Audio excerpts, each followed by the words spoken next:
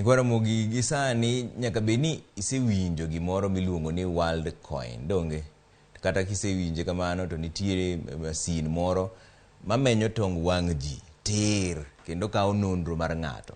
Kawuono bila ne okeyo jopiny mane okukunore kar romo mar KICC kama ne imenye tong wang ji ka gin kod siso mar yudo omenda moko buora. To kaka jafwambo marwa Simpros Okinda lero, Jokenya ma kwan gi ok tin 350 osekawo nonro mar wang'gi.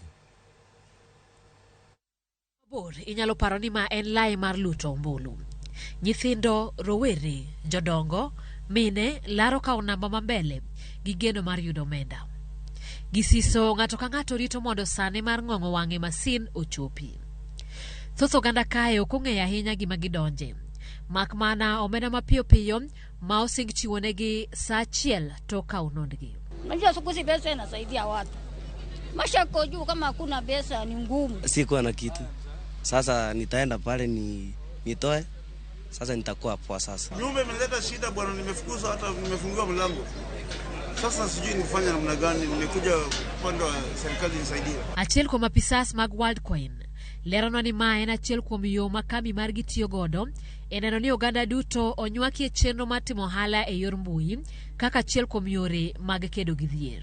Technology has advanced enough today to be able to solve for big issues like poverty, and that we can be able to create a world that is inclusive, that is fair, and that despite your geography, despite your background, that you can be able to have access to the global economy. Kose menywangi kambi ni miyo tonglo mag Worldcoin 25 ma inyalo wil kendo lokre kind shillings 6,000 kod shillings 8,000 omenda mapachoka. So the tokens that are being freely distributed to people, the Worldcoin tokens, which are tradable outside of the US in most markets where this is allowed, the tokens can be converted to digital dollars and then to Kenya shillings. Mokom joma nyalo konyi milo omenda gi bende ne osechopo kendo hono andgi mana buteka. Jolony koro nyiso luoro ewi chenro ni ahinya kotenore kod kaka nondo ganda ibiro tigodo kod kaka ikanogi. Data that they are taking, is it safe?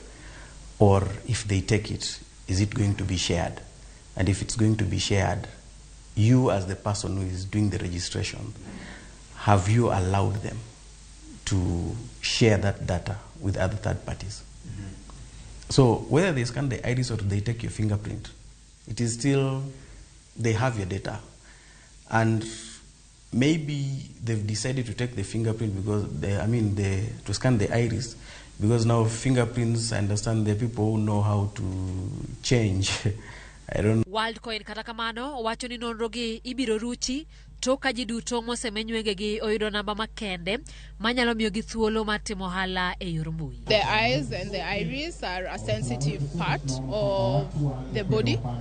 And it is a little strange, we admit, and also a little counterintuitive to say that your data is very safe or that we are privacy preserving. With just the iris and the iris code, we can be able to create a database of unique humans around the world without their name, their age, their country, no other information, none whatsoever. Simply saying, this is a unique verified human. Kambi mar Worldcoin osemenyo tong wang Jokenya ma kwan gi oheo 350. Obila ne okeyo ji mane odhungore KICC kanyo kaluwore gi luoro ma okwako chenro no kod luoro mar arita. Simpros Okinda, Ramogi TV.